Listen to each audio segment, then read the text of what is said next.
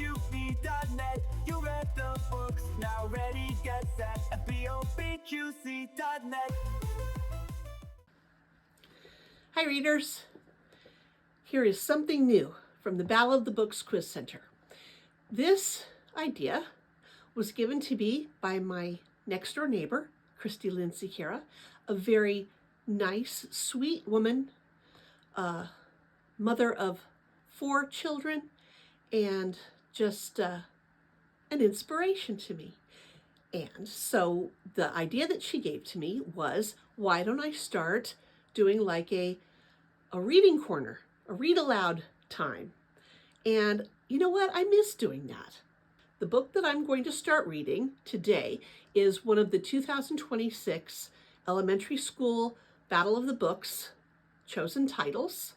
I've read the book myself, and I already know that I love it. So that's one of the reasons that I chose to start this book as my daily, I'm really going to try to do it daily, read aloud.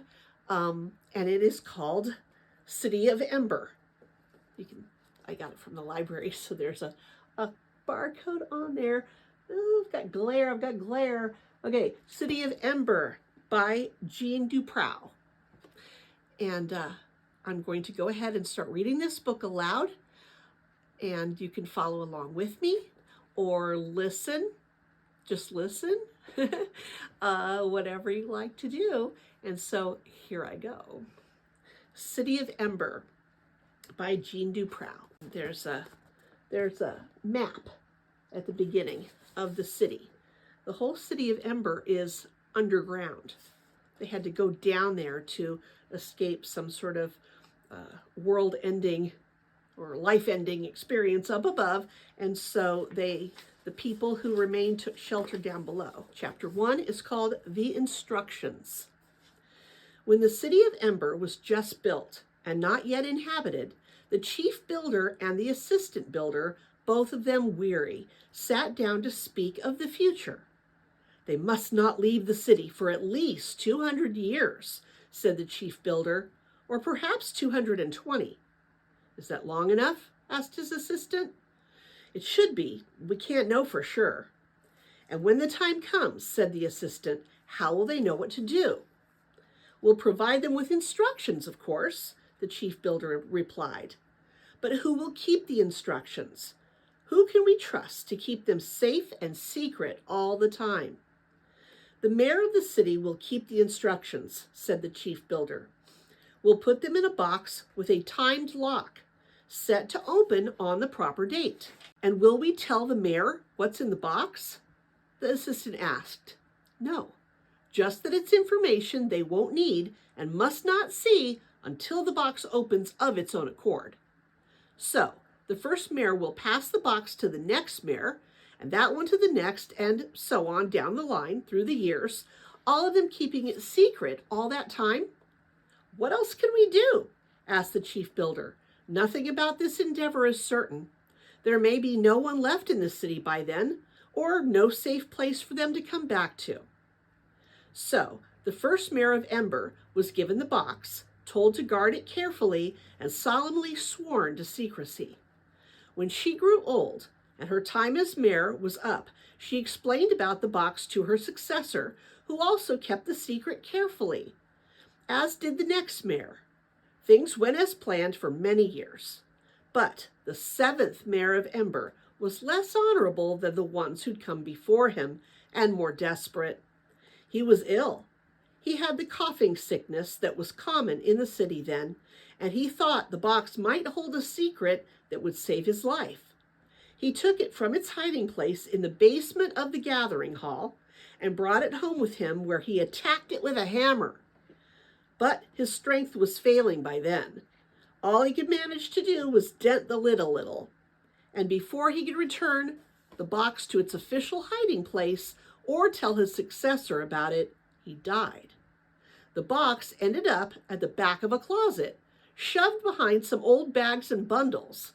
There it sat, unnoticed, year after year, until its time arrived and the lock quietly clicked open. That is chapter 1, which you wonder, that's not chapter 1.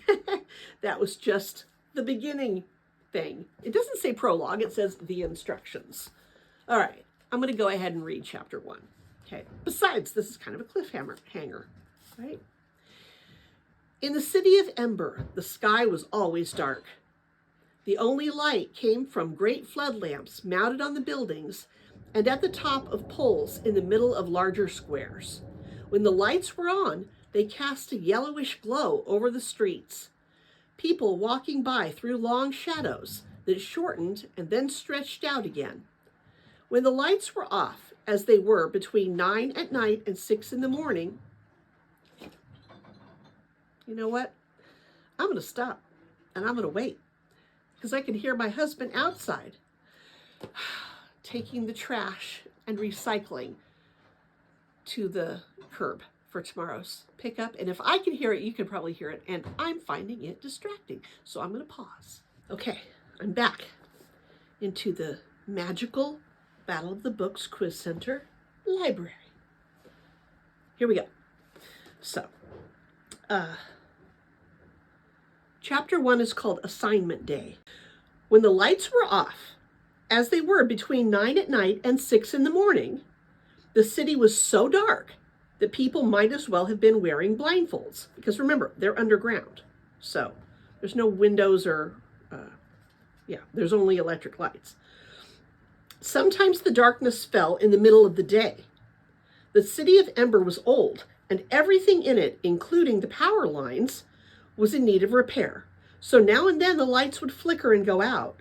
These were terrible moments for the people of Ember, as they came to a halt in the middle of the street or stood stock still in their houses, afraid to move in utter blackness.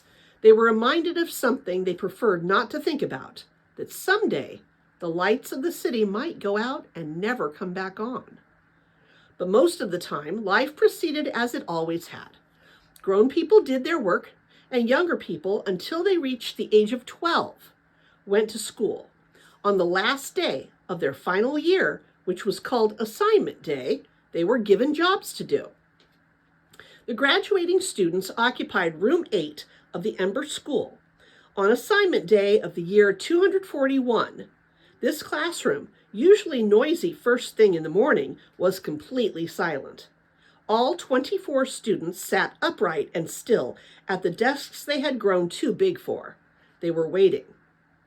The desks were arranged in 4 rows of 6, one behind the other.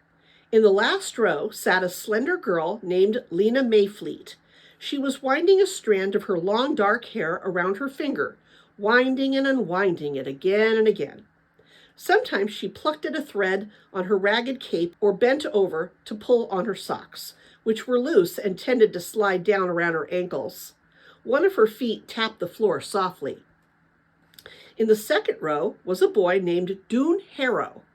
He sat with his shoulders hunched, his eyes squeezed shut in concentration, and his hands clasped tightly together. His hair looked rumpled as if he hadn't combed it for a while. He had dark, thick eyebrows, which made him look serious at the best of times, and when he was anxious or angry, came together to form a straight line across his forehead. His brown corduroy jacket was so old that its ridges had flattened out. Both the girl and the boy were making urgent wishes. Doon's wish was very specific. He repeated it over and over again, his lips moving slightly as if he could make it come true by saying it 1,000 times. Lina was making her wish in pictures rather than in words. In her mind's eye, she saw herself running through the streets of the city in a red jacket. She made this picture as bright and real as she could. Lina looked up and gazed around the schoolroom. She said a silent goodbye to everything that had been familiar for so long. Goodbye to the map of the City of Ember in its scarred wooden frame and the cabinet whose shelves held the book of numbers, the book of letters, and the book of the City of Ember. Goodbye to the cabinet drawers labeled new paper and old paper. Goodbye to the 3 electric lights in the ceiling that seemed always, no matter where you sat, to cast the shadow of your head over the page you were writing on. And goodbye to their teacher, Miss Thorne, who had finished her last day of school speech wishing them luck in the lives they were about to begin. Now, having run out of things to say, she was standing at her desk with her frayed shawl clasped around her shoulders. And still the mayor, the guest of honor, had not arrived. Someone's foot scraped back and forth on the floor. Miss Thorne sighed. Then the door rattled again, and the mayor walked in. He looked annoyed, as though they were the ones who were late. "Welcome, Mayor Cole," said Miss Thorne. She held out her hand to him.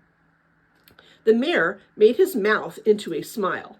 "Miss Thorne," he said, enfolding her hand, "greetings. Another year." The mayor was a vast, heavy man, so big in the middle that his arms looked small and dangling. In one hand he held a little cloth bag. He lumbered to the front of the room and faced the students. His gray, drooping face appeared to be made of something stiffer than ordinary skin. It rarely moved, except for making the smile that was on it now.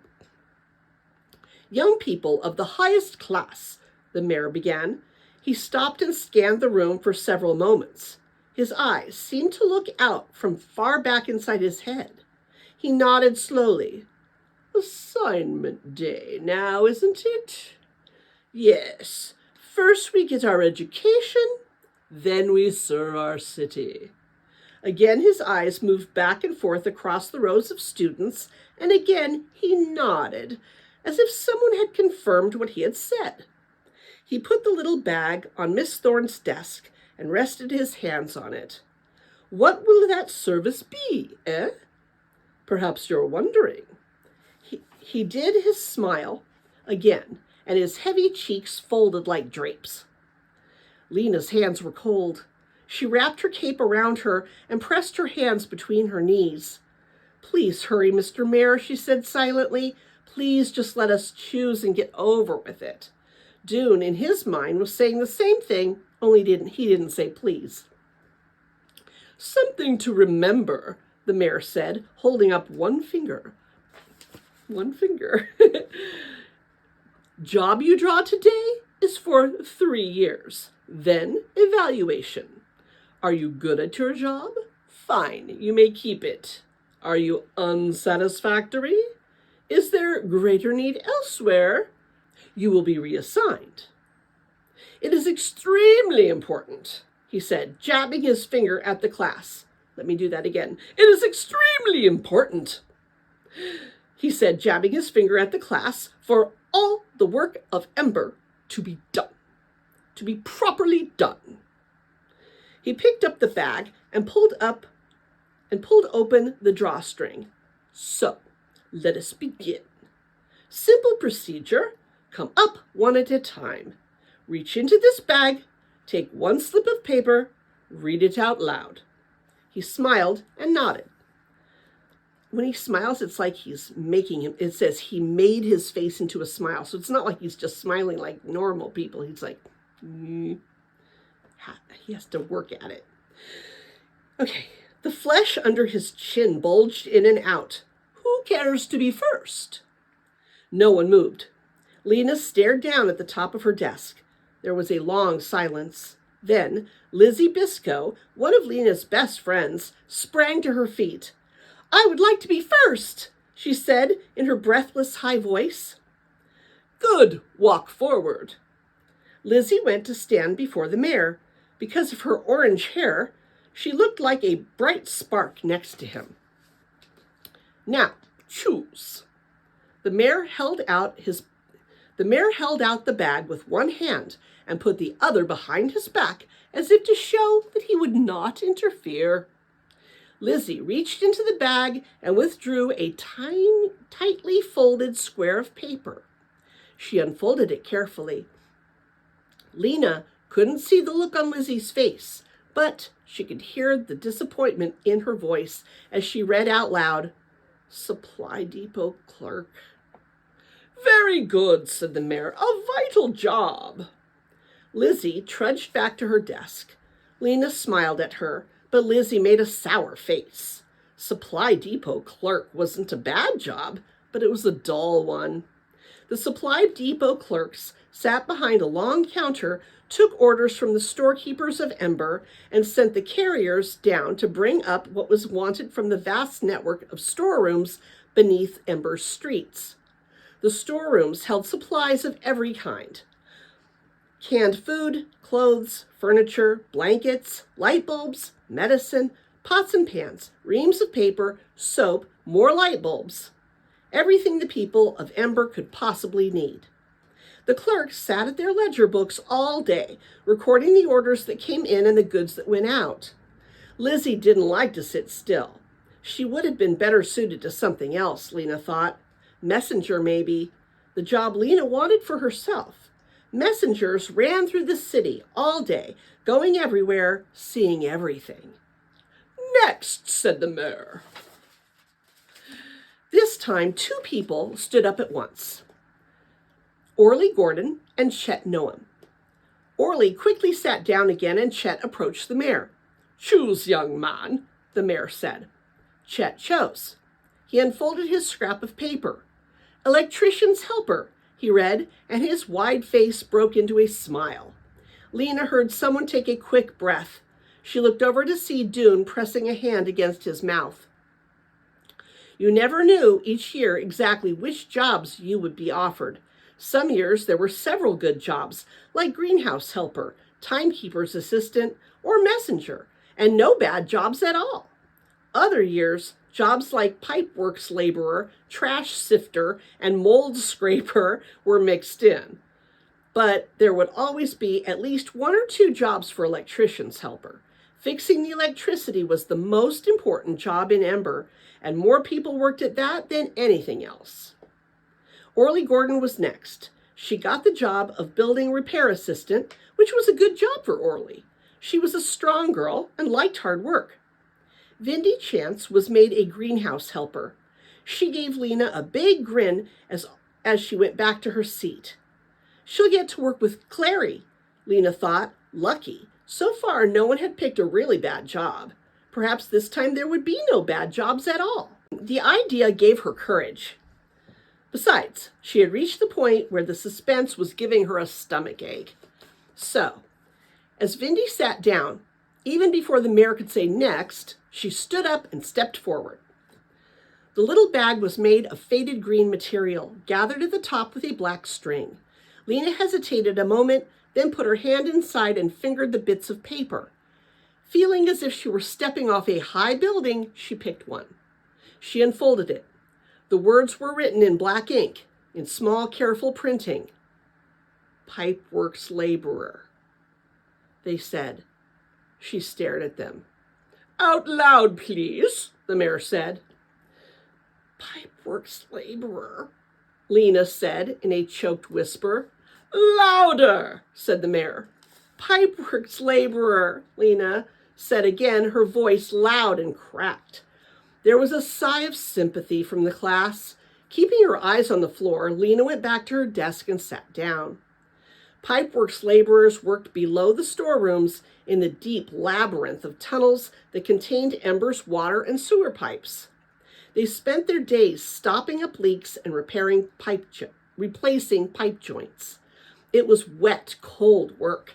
It could even be dangerous. A swift underground river ran through the pipeworks, and every now and then someone fell in and was lost. People were lost occasionally in the tunnels, too, if they strayed too far. Lina stared miserably down at the letter B someone had scratched into her desktop long ago. Almost anything would have been better than pipeworks laborer. Greenhouse helper had been her second choice.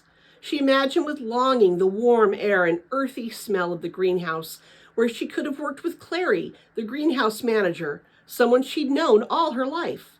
She would have been content as a doctor's assistant, too, binding up cuts and bones. Even street sweeper or cart puller would have been better. At least then she could have stayed above ground, with space and people around her. She thought going down into the pipeworks must be like being buried alive.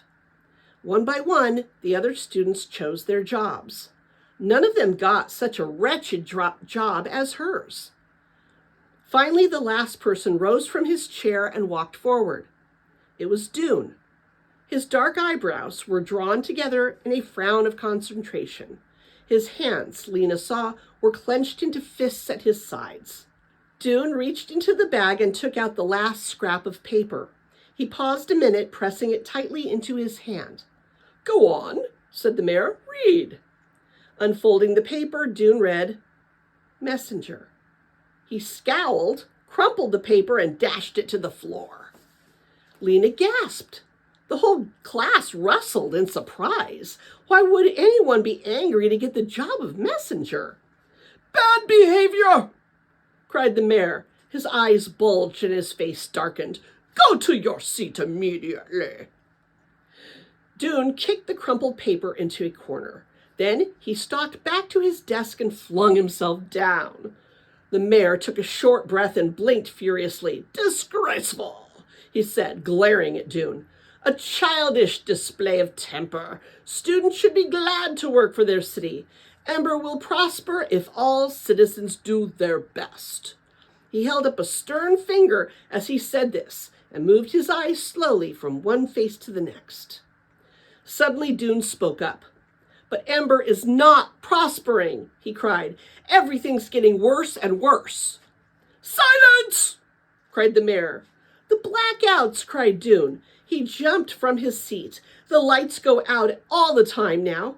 And the shortages, there's shortages of everything. If no one does anything about it, something terrible is going to happen."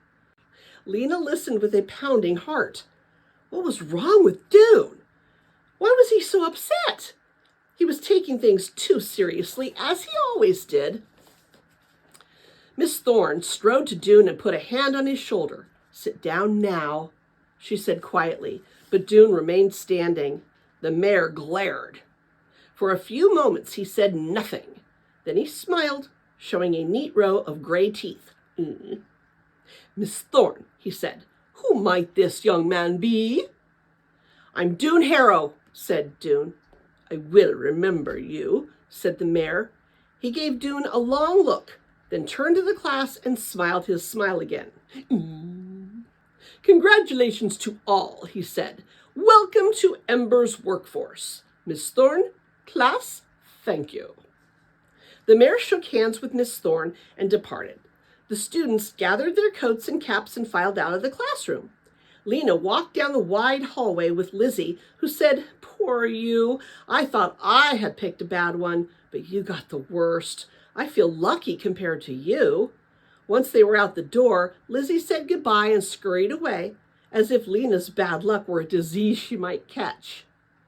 Lina stood on the steps for a moment and gazed across Harkin Square, where people walked briskly, bundled up cozily in their coats and scarves, or talked to one another in the pools of light beneath the great street lamps. A boy in a red messenger's jacket ran toward the gathering hall. On Otterwill Street, a man pulled a cart filled with sacks of potatoes. And in the buildings all around the square, rows of lighted windows shone bright yellow and deep gold. Lina sighed. This was where she wanted to be. Up here, where everything happened, not down underground. Someone tapped her on the shoulder. Startled, she turned and saw Doon behind her. His thin face looked pale. "Will you trade with me?" he asked. "Trade?" "Trade jobs. I don't want to waste my time being a messenger. I want to help save the city, not run around carrying gossip." Lina gaped at him. "You'd rather be in the pipeworks?" "Electrician's helper is what I wanted," Doon said. "But Chet won't trade, of course. Pipeworks is second best." "But why?" "Because the generator is in the pipeworks," said Doon. Lina knew about the generator, of course. In some mysterious way, it turned the running of the river into power for the city. You could feel its deep rumble when you stood in Plummer Square. "I need to see the generator," Doon said. I have ideas about it." He thrust his hands into his pockets. "So, will you trade?" "Yes," cried Lina. "Messenger's the job I want most. It's not a useless job at all." And not a useless job at all, in her opinion. People couldn't be expected to trudge halfway across the city every time they wanted to communicate with someone. Messengers connected everyone to everyone else. Anyway, whether it was important or not, the job of messenger just happened to be perfect for Lina. She loved to run. She could run forever, and she loved exploring every nook and cranny of the city, which was what a messenger got to do. All right then, said Doon. He handed her his crumpled piece of paper, which he must have retrieved from the floor. Lina reached into her pocket, pulled out her slip of paper, and handed it to him. Thank you, he said. You're welcome, said Lina. Happiness sprung up into her, and happiness always made her want to run. She took the steps 3 at a time and sped down Broad Street toward home. Chapter 2, which I will read to you tomorrow, is called A Message to the Mayor. I hope you're enjoying this read aloud rendition by me, Lisa Rodriguez, formerly Dr. Rodriguez, teacher. And you know what? Once a teacher, always a teacher. I love reading aloud. I like to do voices, as you can tell. Okay, I'll see you tomorrow. Bye, readers. You read the books, now ready, get set. B-O-B-Q-B